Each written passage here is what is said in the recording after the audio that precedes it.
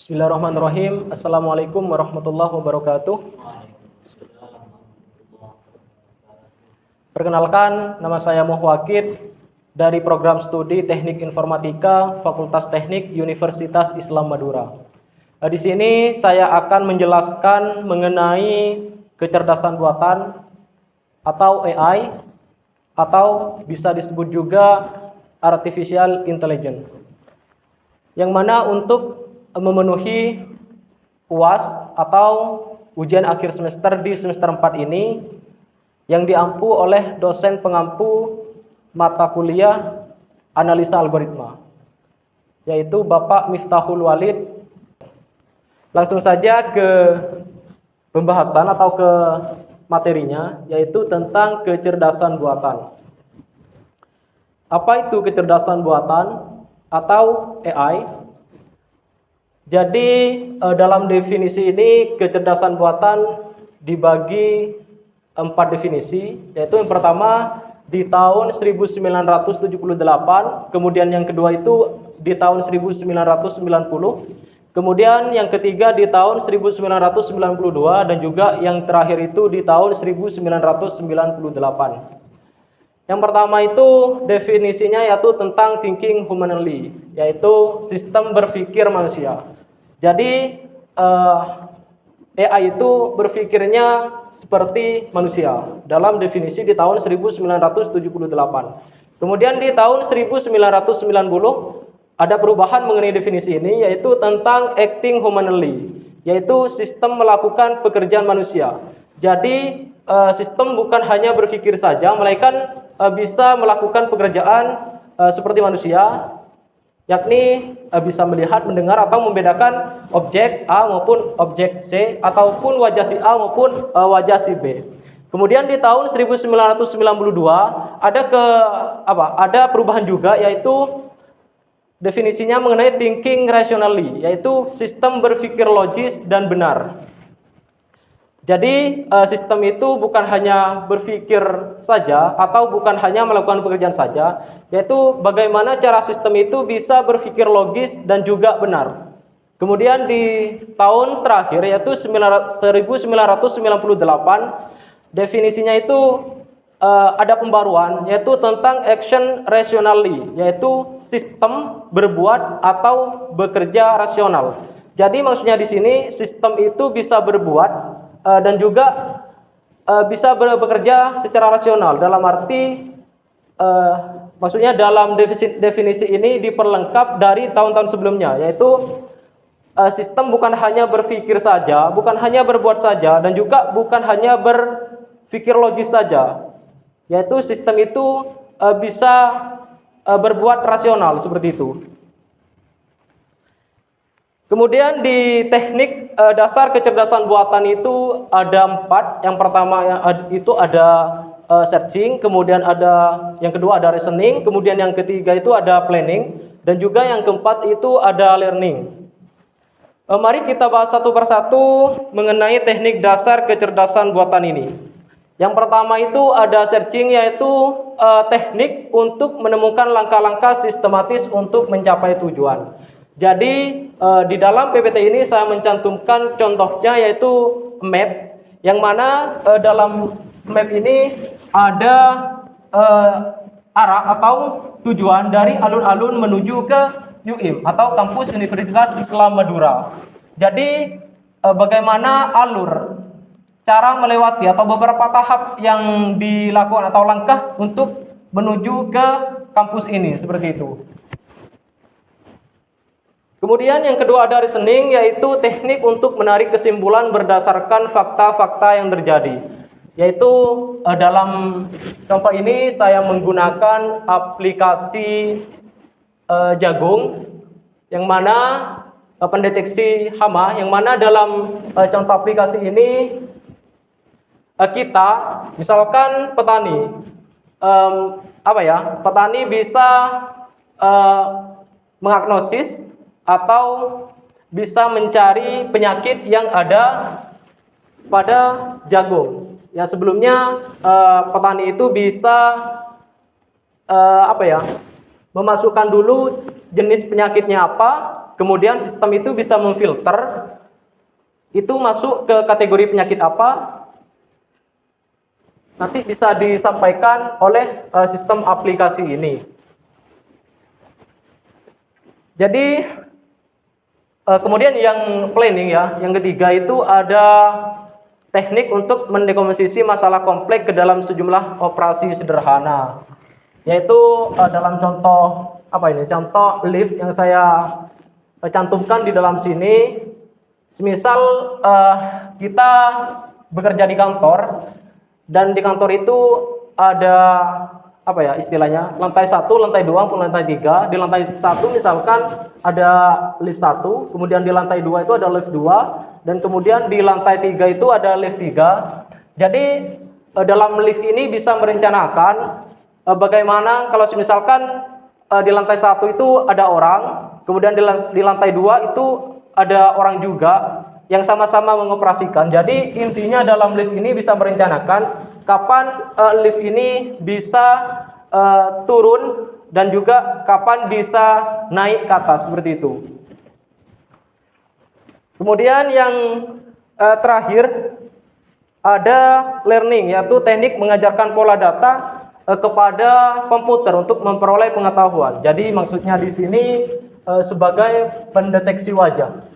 Dalam arti misalkan kita punya HP, yang mana HP tersebut misalkan punya saya menggunakan wajah saya ketika melakukan kunci layar. Jadi sistem itu bisa memproses atau bisa membuka kunci ketika HP itu di hadapan saya, seperti itu.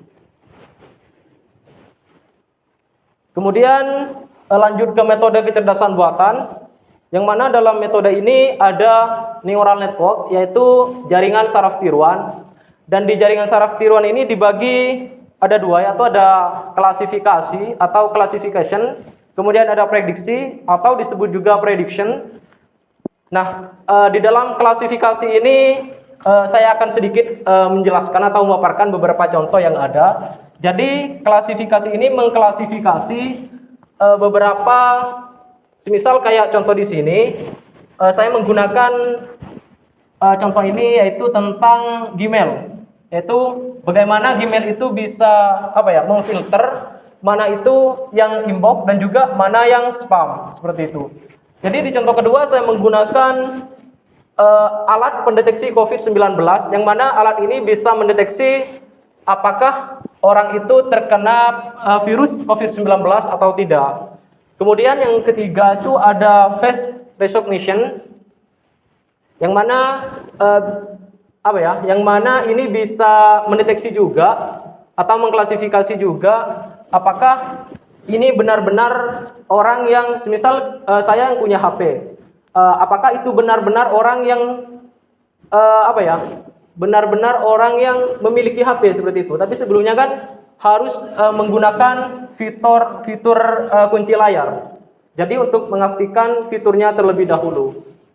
Kemudian ada speaker recognition, yaitu bisa memfilter suara. Apakah itu suara si A, apakah itu suara si B, dan apakah itu suara si C.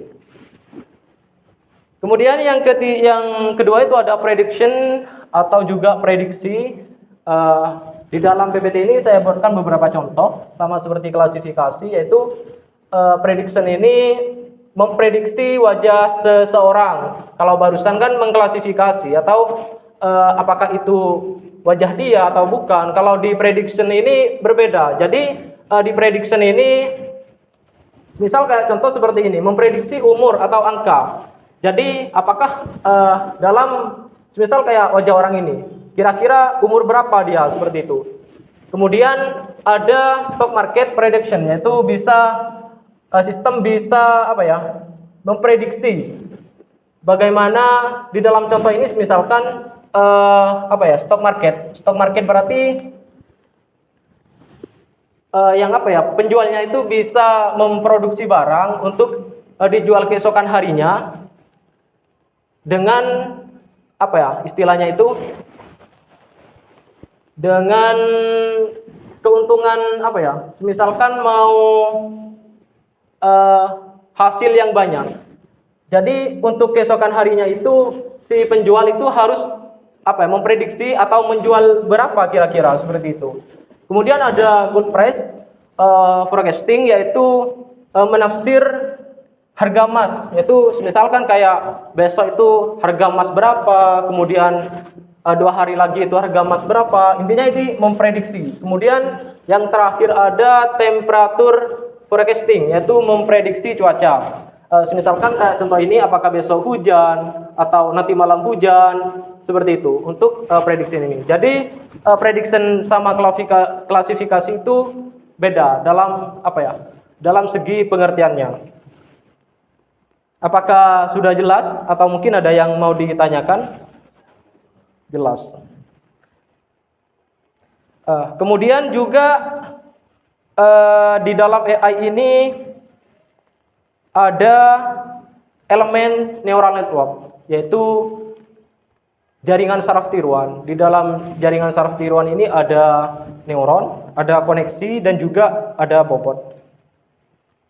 Lantas bagaimana cara perhitungan nilai pada sebuah neuron? Mari kita simulasikan di sini atau di papan terlebih dahulu ya. Setelah barusan menjelaskan mengenai definisi AI atau kecerdasan buatan, atau sering disebut juga dengan artificial intelligence, barusan juga menjelaskan mengenai contohnya.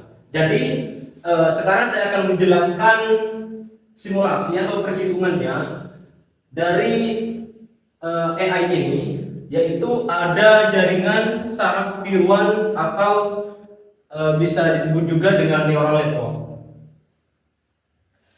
Jadi di sini ada gambaran dan juga ada soal.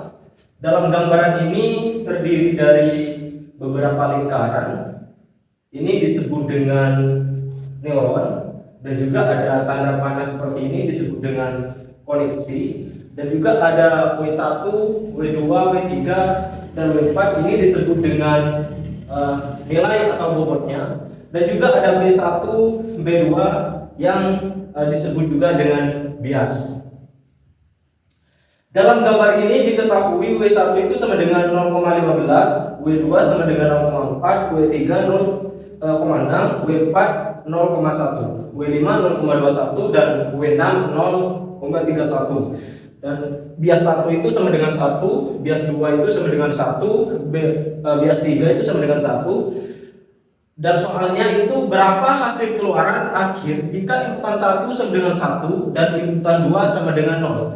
Jadi di sini saya akan mengerjakan atau menyelesaikan bagaimana cara perhitungan dari soal yang sudah saya buat sebelumnya ini. Jadi yang pertama kita akan menentukan X1 dan X2 dulu. Jadi perhitungannya seperti ini. Jadi kita masukkan rumusnya terlebih dahulu. X1 sama dengan input 1 dikali W1 ditambah input 2 dikali W2 ditambah B1 atau bias 1. Jadi akan saya masukkan inputan 1 ini 1, kemudian dikali W1. W1 ini sama dengan 0,15. Kemudian ditambah inputan 2 itu sama dengan 0. Kemudian dikali dengan W2. W2 itu sama dengan 0,4. Dan juga ditambah B1 atau sama dengan biasnya. Jadi biasnya bias 1 itu sama dengan 1.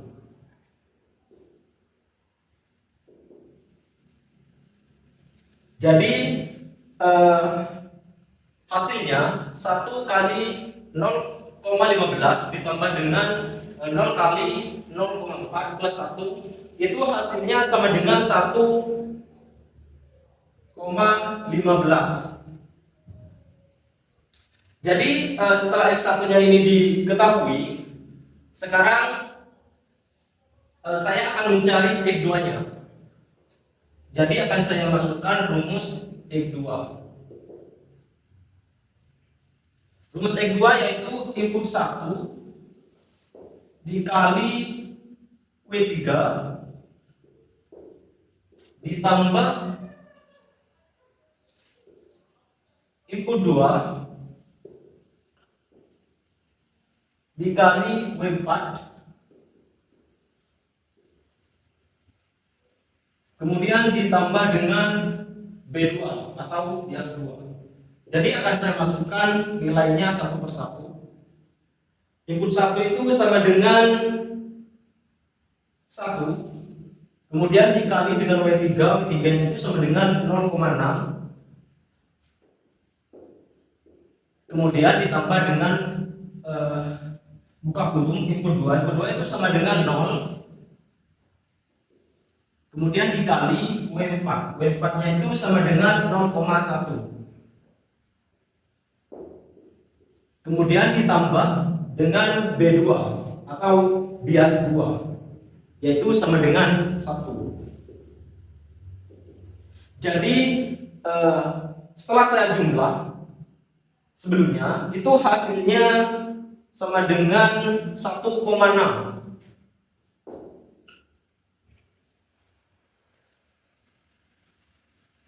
Ini merupakan nilai dari X2. Jadi untuk X1 itu nilainya 1,15 dan untuk X2 itu nilainya 1,6. Namun di sini masih melebihi angka 1, sedangkan neuron itu dari 0 sampai dengan 1. Jadi akan saya sigmoidkan dengan menggunakan fungsi aktivasi sigmoid. Jadi akan saya mulai dari X1 dulu ya.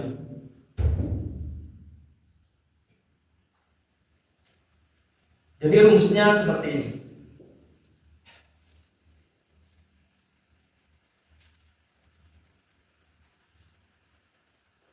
X1 sama dengan 1 per buka kurung 1 plus E min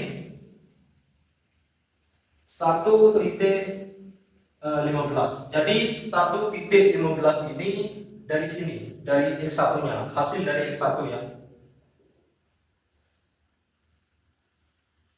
Setelah saya jumlahkan sebelumnya, ini hasilnya sama dengan 0,75951.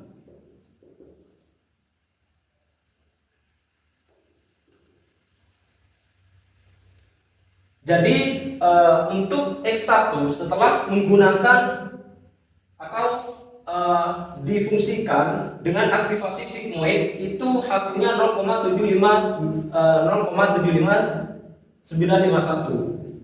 Kemudian saya akan mencari untuk yang kedua fungsi aktivasi sigmoid yang kedua. Rumusnya sama, 1 per buka kurung 1 plus E min ini dimasukkan 1,6 dan itu hasilnya sama dengan 0,818.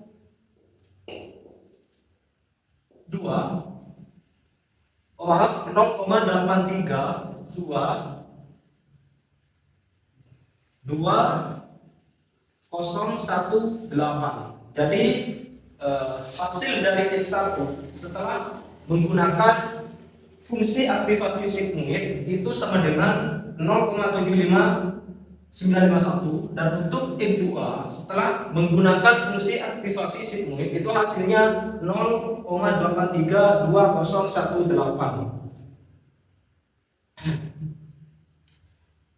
Kemudian setelah diketahui X1 dan X2, akan saya mencari X3-nya. Jadi untuk X3 ini rumusnya seperti ini.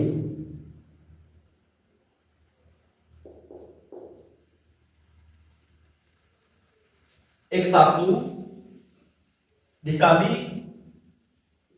W5 tutup kurung ditambah W2 ditambah X2 ya, X2 dikali W6, kemudian ditambah dengan B3. Jadi tinggal saya masukkan, setelah sebelumnya masukkan rumus. Jadi X1-nya ini sama dengan ini 0,75 951, kemudian dikali dengan W5. W5-nya berapa? Di sini W5-nya sama dengan 0,21.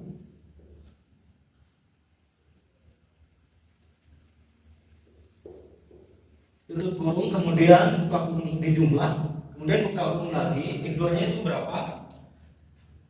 X2-nya itu di sini 0,832018.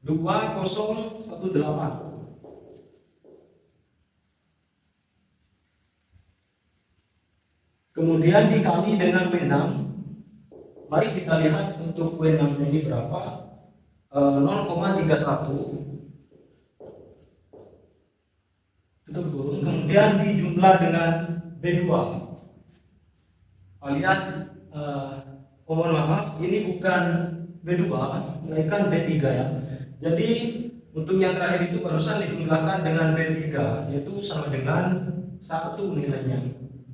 Jadi setelah saya hitung sebelumnya, nilai dari ini adalah 1,4174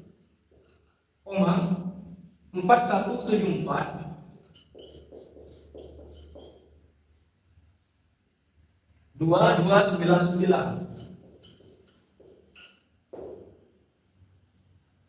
Namun sama seperti sebelumnya, itu X1 dan X2, di X3 ini masih melebihi dari 1. Sedangkan di neuron itu 0 sampai dengan 1.